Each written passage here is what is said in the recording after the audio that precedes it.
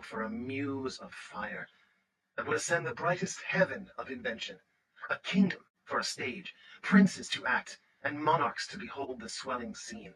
Then should the warlike Harry like himself assume the port of Mars, and at his heels, leashed in like hounds, should famine, sword, and fire crouch for employment.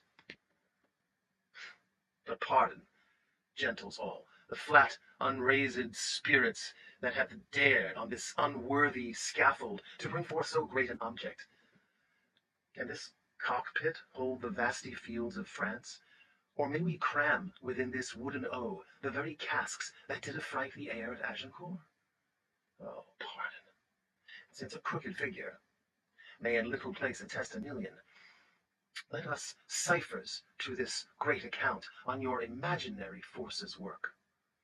Suppose within the girdle of these two walls are now confined two mighty monarchies, whose high upreared and abutting fronts the perilous narrow ocean parts asunder. Piece out our imperfection with your thoughts. Into 1,000 parts divide one man, and make imaginary puissance. Think, when we talk of horses, that you see them, printing their proud hoofs in the receiving earth. For 'tis your thoughts that now must deck our kings, carry them here and there, jumping o'er times, turning the accomplishment of many years into an hourglass. For the which supply admit me chorus to this history, who prologue-like your humble patience pray, gently to hear, kindly to judge our play. Hello, everyone. My name is Joe Disher. Thanks for having me here in your virtual classroom. I'm very glad to be here. Jeff Bender Professor Bender, I should say, has been inviting me for a couple of years now, and I've actually been coming to see the theater appreciation class probably since 2005 to talk about Shakespeare, a little bit about Shakespeare. If I was there in person, which I would love to have been there in person, because theater is, as we know, a very live art. It depends on you, the audience, and your reaction. If I had been there in person, what would have happened is I would have been sitting in the very back row of the lecture hall. And when Jeff gave me my cue, I would have started very loudly, "Oh, for a muse of fire!" And a few people around me would have jumped out of their seats. It would have been pretty funny. The reason I do that, I do this speech for two reasons when I start my lecture about Shakespeare appreciation. One is to get everybody's attention, because in Shakespeare's time, as you may or may not know, there was a very large theater called the Globe, and it was a very round theater. You may have heard me mention the wooden O in the speech I just did. And people would crowd into this theater, and there would be talking and laughing, and sometimes there would be music. People would be selling food. It would probably sound a little bit more like a ballpark than a theater that we think of nowadays, because it was outside in the open air. And so very often, the beginnings of Shakespeare's plays, someone would have to come out and get the attention of the crowd. For example, you might hear someone come out with a big staff and hit it on the stage and say, "Two households, both alike in dignity, in fair Verona, where we lay our scene." That, of course, is the chorus speech from Romeo and Juliet at the very beginning of the play. And so with this speech, too, I think this is one that was designed to get the audience's attention and also to talk directly to the audience, as sometimes happens in theater, specifically with Shakespeare, to talk to the audience and apologize a little bit because the theater, particularly at that time, really didn't have the special effects that we see and are used to today in film and television and even with theater. Now they can make people fly in the theater, do all kinds of things. But there's one really important reason that I start the lecture with this speech. And if I was with you, I would be asking you, can anyone tell me what it was that I was asking you to do as I was delivering the speech? What was I asking of you? And what the answer is that I was asking you to use your imagination. One of the lines where I say in the speech is, let us ciphers to this great account. A cipher is a zero. So we're just nothing to this great event that happened in history. Let us on your imaginary forces work. And then I say, suppose within the girdle of these two walls in this theater are now confined to mighty monarchies, which are these two countries with kings, England and France. And then later on I say, excuse me, think when we talk of horses that you see them. So what I'm asking you to do, what Shakespeare is asking you to do, is use your imagination. And that may sound like a simple, maybe even silly thing to do, but it's really important, not just for theater, but in life as well. But this is one of the reasons I really appreciate Shakespeare, is because he asks us straight out, help us out here, use your imagination. We don't have 10,000 soldiers that we can send out on stage. We don't have horses on stage. We can't really, use big explosions or things like that. Like, we don't have a green screen. We don't really have much money. But we have you and your mind to listen and to imagine that what we say is happening on stage is happening. And imagination is a very, very important skill, more like a muscle almost, that I feel that if we don't use it, as we know, we don't use a muscle, we say use it or lose it. And the imagination muscle can atrophy, I think. Just think about what it's like nowadays, where we have all this technology, and I love my Xbox, I use my cell phone for all kinds of things. I love going to the movies. I love the giant screen, the big special effects. Even at home now, we have large screen TVs, which are almost like our own personal movie screens. But everything's kind of handed to us, given to us, created for us by someone else's imagination. But if you remember back when you were a kid, you used to go out and you used to find friends to play with. Maybe you would knock on someone's door, and you would play all different kinds of games. And a lot of these games you had to use your imagination for. I'm trying to think of some of the games that usually the students would offer ideas of. Someone would say Cops and Robbers, or they would say something about International Spy. They were maybe playing Lava, where they would pretend the floor is lava. And you would really invest in that. And you would try and climb up on things or jump to other places so you would not be standing on the floor where the lava was. We created these kinds of realities. And even if we didn't play those particular kinds of games, maybe you had dolls or action figures, and you would set up these scenarios. You would create these scenes like this guy's fighting this guy, and here comes the spaceship, or Star Wars figures, or whatever. We want to generally use our imagination. It's usually been kind of an instinct. We like to create stories, and we like to tell stories. But with technology today, we're not asked to do that as much.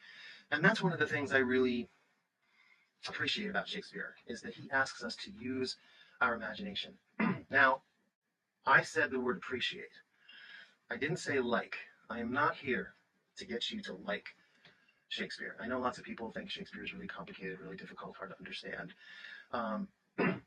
I'm just here to get you to appreciate it. And there's a difference. Appreciate means to understand or accept the value or the worth of something. Whereas like is to be really into something, to be very fond of it, to really love a specific thing. I'm just asking you to appreciate it. Why? Because I'm very passionate about Shakespeare, and appreciating something is the first step toward liking it. And I have a confession to make to you all. I did not like Shakespeare when I was your age. I did not like it when I was in college. I didn't really like it even when I was in high school. I didn't really start to appreciate Shakespeare until I saw Shakespeare, until I saw it acted out on stage. And that's a really important point for me, and I think for anyone who is trying to appreciate Shakespeare in some way, because I worked in the theater. I've worked in the theater for over 25 years, and Shakespeare is my main passion, as I think I said. But that didn't really start for me until I started watching and hearing the language. Shakespeare is not really meant to be read. Yes, it's beautiful poetry, it's beautiful writing, but it's meant to be heard out loud. It's meant to be seen, acted out on stage. Tell me, well, you can't tell me because you're not here with me, but I want you to think about something. Most of you, if not all of you, are fans of some kind of sporting event, whether that be football or baseball or soccer or gymnastics or ice skating, whatever it is. some kind of sport. But if you had to experience that sport only by reading about it, I don't think you'd stick with it for very long, would you? If you could only follow football by reading about it in the newspaper, or by just going to the library and taking out a book about football and games that had happened in the past, would that be really interesting? Would that hold your attention for a long time? I don't think so. And the same is with Shakespeare. His work needs to be seen and heard. In fact, in Shakespeare's time, when people would go to a play, they wouldn't say, "We're going to see a play today." They would say, "Let's go hear the play." That's where the word rehearsal comes from, in fact. It was the actor's job to rehear all that was said to him or her in the course of a particular scene, as if it was the first time. They had to rehear everything. The actor rehears all. And the phrase "rehears all" is where the word rehearsal comes from. So it was very much about listening and hearing the language, and of course then having the benefit of being right there, right in front of actors that you could practically reach out and touch depending on where you were sitting, and sometimes having them speak directly to you and engage you in the scene. Now, as I said, I love movies. I have all my Netflix shows that I love to binge. But you can't get this experience, this effect, anywhere but in the theater. Or someone can be having a scene with another character, and they're really intense in the scene.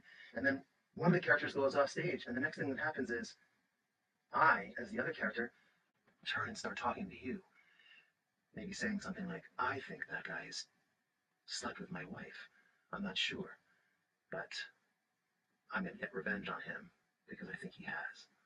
So Shakespeare in particular, this is called an aside, and Shakespeare in particular loves the use of the aside, or the soliloquy, which is thoughts that are going on inside a character's head that are spoken out loud. That's a soliloquy. soliloquy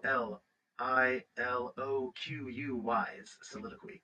And it's a frequently used device in Shakespeare's plays. And it kind of gets us into the mind, into the shoes, understanding the character who's sharing their thoughts with us. And it really engages us, because you don't get that in a movie. I think the House of Cards, that Netflix show with about politics, the main character would turn and sometimes talk to the camera. But it doesn't feel as right on film or on TV as it does in the theater, because there's that energy between the actor and the audience, and we rely on that. But anyway, I was talking about why I appreciate Shakespeare, and hoping to pass some of that appreciation on to you folks. Imagination, I said, right? The other thing the next thing I want to talk about is the fact that, contrary to what many believe, Shakespeare did not write his plays in Old English. He did not even write them in Middle English. We have Old English, Middle English, and Modern English.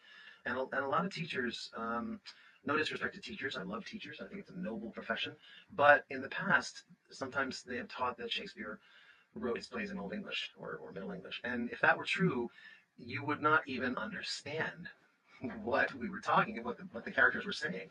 And I'll give you an example of something. This is not even Old English, this is Middle English, so this is one step towards our modern English of today. Here goes. It's part of a song, actually, but I'm not going to sing it. I'm going to say the words. Summer is a coming in, luda sing cuckoo, groweth said and bloweth med, and spring the wood anew. Sing cuckoo. Now, you can understand the words sing cuckoo. Sing cuckoo. What does that even mean? We'll get to that. But let's go back to the beginning. Summer is a coming in. Summer is a coming in, luda sing cuckoo, groweth said and bloweth med, and spring the wood anew. Does anyone have any idea what I just said? Here's what I said. Summer is a coming in is summer is a coming in. And the next line is luda sing cuckoo, loudly saying cuckoo. Strange song. Groweth said and bloweth med. The seed, groweth said, the seed grows and bloweth med, and the mead blows, and the wood, or the woods, the greenery all around us, springs anew, and spring the wood anew. So that's just a little example of language in Middle English. And why am I even talking about that? Because when people hear the words Old English or Middle English, they often feel like, well, it's almost like another language, because it is very much another language. I mean, it's related to our language, but it feels unapproachable. And Shakespeare is much more approachable than that. Shakespeare wrote his plays in modern English, an early form of modern English. Sometimes it's called Elizabethan English because he wrote at the time of Queen Elizabeth's reign, and so Elizabethan English. Um, but modern English is a lot easier to understand. Yes, sometimes Shakespeare uses some combinations of words, or what we might call fancier words than we might normally use, uh, but it is modern English, and we all know how to speak modern English, and we all know how to listen to modern English. But sometimes we get this kind of incorrect concept in our head that the language is something else other than what it is. So I tell students that because, again, I want them to appreciate the fact that he wrote 37 plays in our language, some of the most beautiful language you've ever heard. Um, and that brings me to my third point, which is another reason I appreciate Shakespeare, is because of the way he used language. Shakespeare could take you, he could transport you to a different place in a different time, to a different country, to a different emotional state with just the use of a few lines of the monologue, a few words. Um, Shakespeare would probably use 7 words instead of 3. Why use a few words when you can use many to describe a particular scene or setting or what the atmosphere is like? And again, that was because of the time that he was writing in and his plays were being performed in. There were no other forms of media. There were, in fact, very few other forms of entertainment. Maybe you got invited to a party or a wedding, or perhaps there was a masked ball of some sort. Maybe you went to see some bear baiting. Anyone know what bear baiting is? I will tell you. Bear baiting is something that used to happen outside the Globe Theatre where Shakespeare's plays were performed. They would put a stake in the ground and they would tie a bear to it, an actual live bear. And then they would let 2 or 3 dogs loose, and the dogs and the bear would fight. Of course, the bear couldn't go anywhere. He was tied to a stake. And people would bet on which animal would live, would kill the other. This is one of the forms of entertainment. So one of the main forms was, as I mentioned, going to hear a play. So it was built all around language. And Shakespeare really knew how to use language in a magical way that kind of wove a spell. I'll give you some examples. But I want to mention that because it's different. It's very different from what our society is doing today with language. Language is always evolving, but it's also always kind of compressing. We try to say things, we try to get our point across with as few words, sometimes as few letters as possible. We don't even say be right back. We say BRB, or we type BRB. We have, OMG. We just find the quickest way to communicate our thoughts. For example, if I was hungry, I wouldn't say, "I'm very hungry. I'm going down to the delicatessen to get a submarine sandwich. Would you care to join me?" I mean, you'd probably look at someone that talked like that, like they were kind of weird. I wouldn't say that. I would say, "Man, I'm starved. I'm going to go to the deli and get a sub. Want to come?" And that's really clipped. It's fast. The language is all compressed. Um, and Shakespeare is the opposite of that. He uses an expansive amount of language to paint an entire picture. As I said, a whole scene, a location, the emotions of of the characters. Sometimes even helping the actor understand where they're supposed to be moving. The language is so descriptive, but we do the opposite. We cut it down. We compress it down. I'll give you an example. One of the questions I often ask is, does anybody know where where the phrase goodbye comes from? Um, the word goodbye was originally a phrase, and that phrase was, God be with you. So we took God be with you. Okay, so time was, I would have said to you, if we were hanging out, I would have said, God be with you. I have to leave. God be with you. I shall see you on the morrow. I'll see you tomorrow. All right. But then I got a little busier. My wife was pregnant and I had to do more of the chores around the house. I wanted to pitch in more, or we bought another acre of land and it took longer to plow, so I had less time on my hands. I was in a rush. So instead of saying God be with you, I said, God be with ye. I said ye instead of you, because ye is a little easier to say than you if you try. If you say you have to move your mouth more. You have to use more muscles. But if you say ye, you barely even have to move your mouth. See, we are creatures of convenience in terms of our speaking, in terms of our whole lives. For example, why should I roll down my car window? Does anybody even here in this class have a car window that you have to roll down anymore? It used to be that you roll them down. But now we can push a button and the window just goes down. It's for our convenience. Um, why should we have to be hot during the summer when we can buy a big metal box, put it in the window, plug it in, and it turns the warm or hot air into cool air? Again, convenience. And so the same is with language. So God be with you became God be with ye. Then I got a little bit busier, like a little more hectic, and I used to say, instead of God be with ye, I said God by ye. Well, what the heck does God by ye mean? Well, we all agreed. God by ye meant God be with ye. We understood that. God by ye became goodbye. Goodbye became bye. Bye became see ya. And see ya became, and we would just go on our merry way. So we took these four nice little words. A very nice wish very nice thing to wish upon someone, right? God be with you, whether you believe in God or not. I'm saying I hope whatever the powers that be are with you and watching over you. It's very nice. We took those beautiful four words in that phrase and we compressed them down to that, and then nothing by just going like this, little head nod when I see it, see ya. And again, Shakespeare is the opposite of that, and that's really important to me, and I think should be important to all of us because language is our basic way to communicate. You can't tell a story without it. You can't really, it's very difficult to get your feelings across even without language. And Shakespeare helps keep the language alive. So much so that his plays are still performed over 450 years later. Shakespeare was born on April 23rd, 1564. I'm not super great at math, but I think that's 456 years ago. And the plays are still being performed all over the world all the time. Well, except for right now, as much because we're in a pandemic. But you see my point. Not only are they still being performed after 450 years, they're being used as inspiration. They're being copied. Okay, I'm sure many of you can think of different movies that you've seen that are movies or musicals or even TV shows or even plays that are inspired by Shakespeare.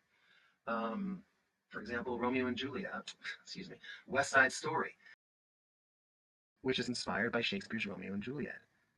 In Romeo and Juliet, you have the Capulets and the Montagues. In West Side Story, you have the Jets and the Sharks. You have Tony and Maria in West Side Story, as opposed to Romeo and Juliet. And this musical, this incredibly popular musical inspired by Shakespeare. Disney's The Lion King, inspired by Hamlet. 10 Things I Hate About You, I think it's 10 Things I Hate About You is the name of the movie, inspired by Taming of the Shrew. She's the Man, inspired by Twelfth Night. Twelfth Night? I think so. Someone once said Gnomeo and Juliet. Even the animated movie about the gnomes, the garden gnomes, Gnomeo and Juliet, inspired by Romeo and Juliet. I think there's even a zombie film that uses the premise of these two people who fall in love. One is a zombie and one is not. And much like with Romeo and Juliet, they're called star-crossed lovers, meaning it's incredibly difficult for them to be together and be happy because of everything else going on around them. Someone used this idea for a zombie film. So over 450 years later, Shakespeare's ideas are still being used. And words Shakespeare invented are still being used today. I'll give you an example of a few of them that we use. Probably some of you have no idea that these words were invented by Shakespeare. Amazement. Moonbeam. So there's the moon up there in the sky, and William Shakespeare looks at the shafts of light coming down, and he decides to call them moonbeams. He invented that word. Assassination. That's one of my favorite ones. Luggage. Oh, I've got all this crap I have to cart around. I have to lug all this junk, all these suitcases with my clothes. Luggage. He created the word luggage. Eyeballs, right? We take that for granted. We all have eyes. At some point, I guess Shakespeare looked at that and said, oh, they're kind of shaped like spheres or little balls. So he coined the phrase eyeballs. Another one, gossip. Swagger. Arouse. How would we know if we were aroused if Shakespeare hadn't invented the word? Here's another good one. Champion. We are the guys who won the game today. Not as interesting. I don't think Queen's song would have been as popular without the word champion. We are the champions, my friends. Buzzer is another word. Cold-blooded is a phrase. Fashionable. Elbow. Who thought to call that an elbow? Who could have thought of that? Well, Shakespeare did. Outbreak. Zany. And one of my all-time favorites, puking. Yes. Professor Bender, I think that's a favorite of his as well, puking. Anyway, all these words were invented by Shakespeare, over 2,000 words, in fact. But that is not the most important thing that I want to tell you in terms of appreciating. I'm going to veer over here to my whiteboard. Okay, so bear with me.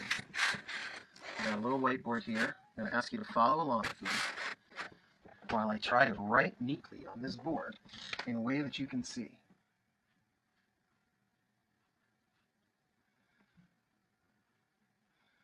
But I'd like to apologize. You're probably hearing the sounds of my children in the background at this point. They just arrived home.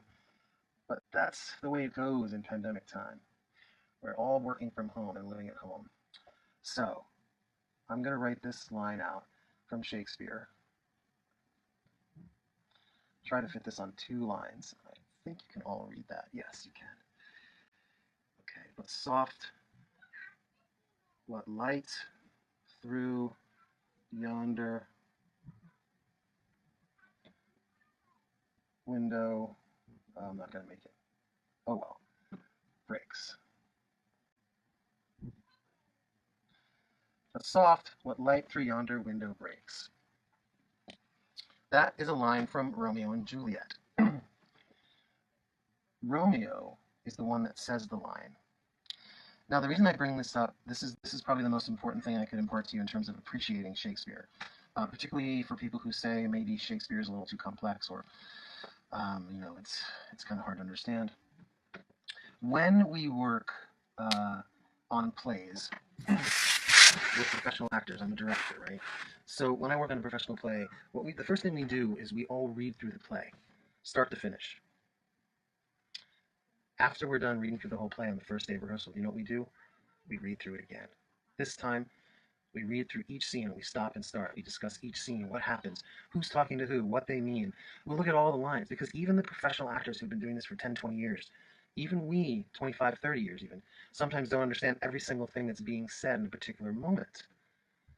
So we look at the text, we look at the lines, and eventually we go line by line, and we break it down with what is called scansion. S-C-A-N. S-I-O-N. It's called scansion. It's scanning the line for the rhythm and the stress, and how to put the emphasis on the right syllable. Because if you put the emphasis on the wrong syllable, it's hard to understand what point someone is trying to get across. Now, Shakespeare wrote, in all of his plays, Shakespeare uses a form of poetry called iambic pentameter. I-A-M-B. I-C. I'm going to write this on the board too. So it's iambic, I-A-M-B,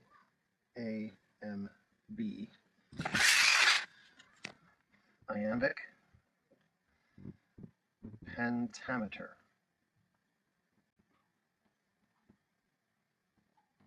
Looks like pentameter, but it's pentameter. Oops, let me get the camera on there. Iambic pentameter, as I said, is one of the forms of poetry Shakespeare used in his plays. Let me explain, before we look at this line, which is kind of the whole reason I want to talk to you really about Shakespeare, appreciating him. We need to talk about this for 1 second. Okay, 1 minute. I am, and it's called iambic pentameter, but the root word is an I-am-B. And I am is 2 feet, or 2 syllables. Okay? An unstressed syllable followed by a stressed syllable. So an I am. You can remember that easily because I am is 2 syllables. I am. 2 syllables. Unstressed syllable followed by stressed. Penta means 5.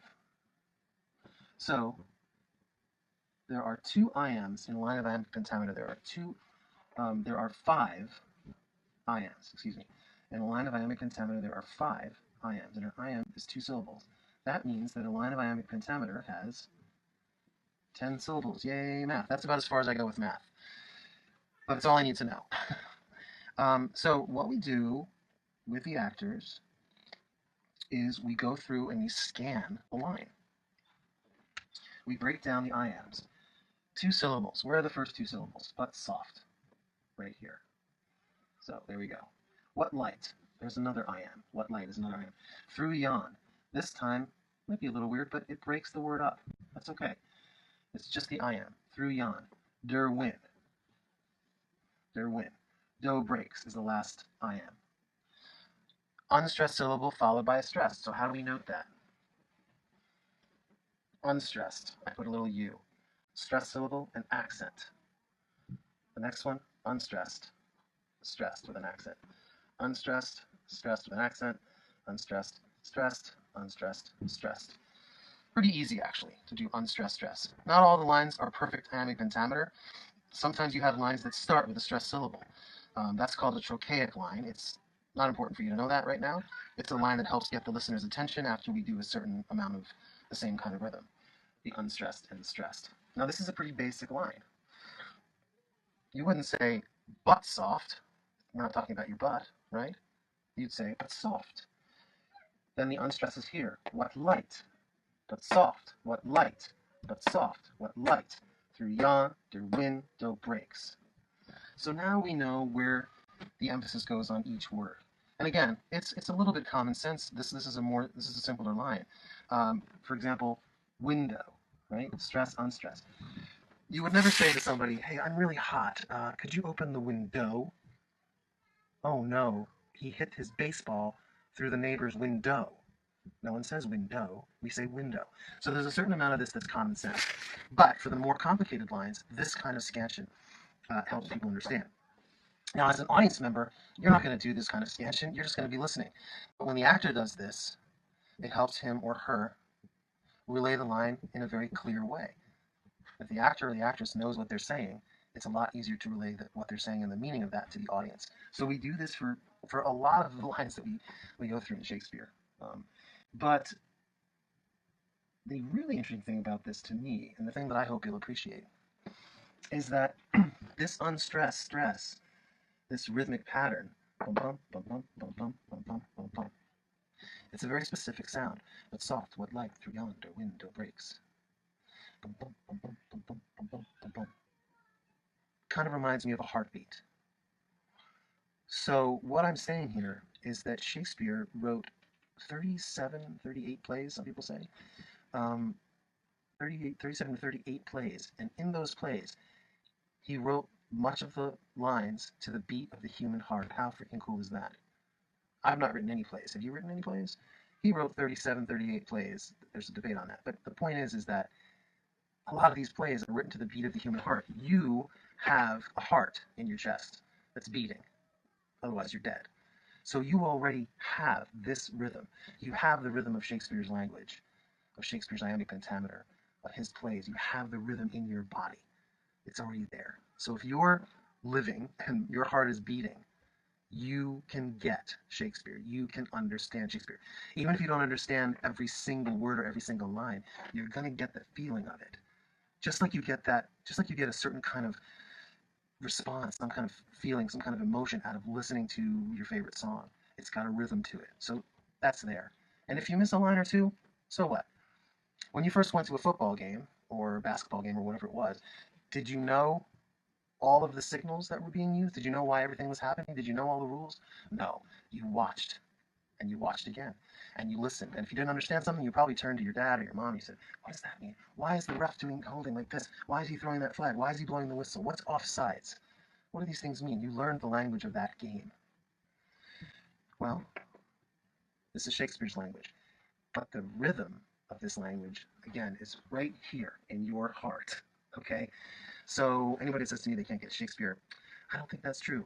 And if you listen to your favorite song, let's say if you're listening to some new music on the radio or on your iPod or whatever, do you shut the radio off if you can't understand a few of the lyrics? No, you probably listen again. And that's what Shakespeare's asking, just to listen and to use your imagination. But the fact that the rhythm of an iambic pentameter line is the beat of the human heart, is incredible to me. And so I think we can all appreciate that. The other thing, too, is that, Shakespeare's plays are not plays that are just kind of these pretend made up. I mean, they are made up stories, but they're not just about people who lived centuries ago or made up creatures like fairies and witches and things like that. Ultimately, all of these stories are about us. If you've ever been in love with someone, or if you've ever wanted to be with somebody who your parents or your friends didn't approve of, well, that's Romeo and Juliet. The Capulets and the Montagues hate each other, and we don't even know why in Romeo and Juliet. And that's because Shakespeare is trying to make a point about the senselessness of violence. You know,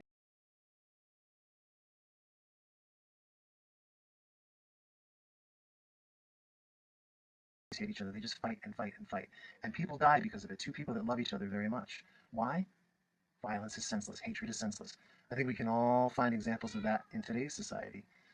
Um, if any of you have ever been felt screwed over by someone or betrayed by someone and wanted to get revenge, that's a very human emotion, revenge, wanting revenge.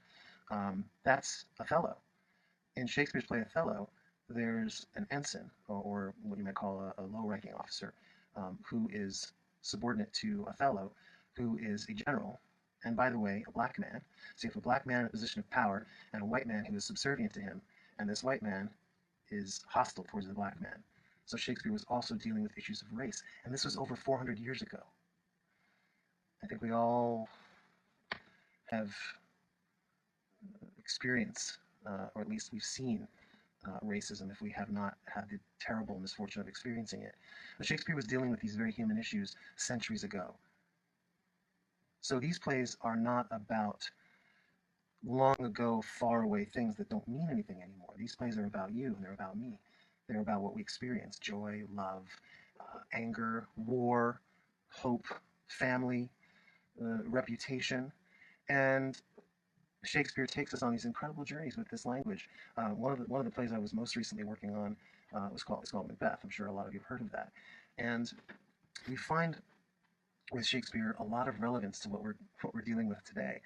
In Macbeth, the lead character, who's done some pretty terrible things, finds out that his wife has just died. Actually, she's killed herself, is what he's found out. And he's in the midst of about to enter a battle. Someone brings him the news that his wife has killed herself. And the speech that he says goes like this: tomorrow and tomorrow and tomorrow creeps in this petty pace from day to day until the last syllable of recorded time. And all our yesterdays have lighted fools the way to dusty death. Out, out, brief candle. Life's but a poor player who struts and frets his hour upon the stage, and then is heard no more. It is a tale told by an idiot, full of sound and fury, signifying nothing. That's my little lighting effect for you, by the way. I don't really have lights that I can use. But you could probably hear something very relevant in that speech. To me, what I found relevant was the phrase tomorrow and tomorrow and tomorrow creeps in this petty pace from day to day until the last syllable of recorded time. Now, many of us, most of us, I hope, don't know what it's like to find out that their wife has committed suicide. That's a terrible tragedy. But we do know what it's like to feel like this, that life is just tedious right now in this moment, right? With this pandemic, with this isolation, with the fact that it's just, the days seem to be crawling by, and one day seems very much like the next. Somehow, with his magical words, over 450 years ago, Shakespeare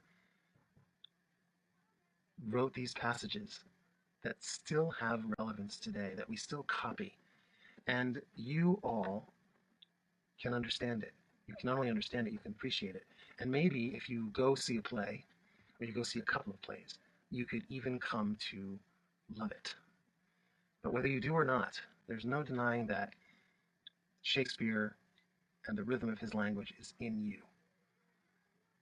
Thanks very much. I hope you all have a wonderful holiday season. Take care of yourselves.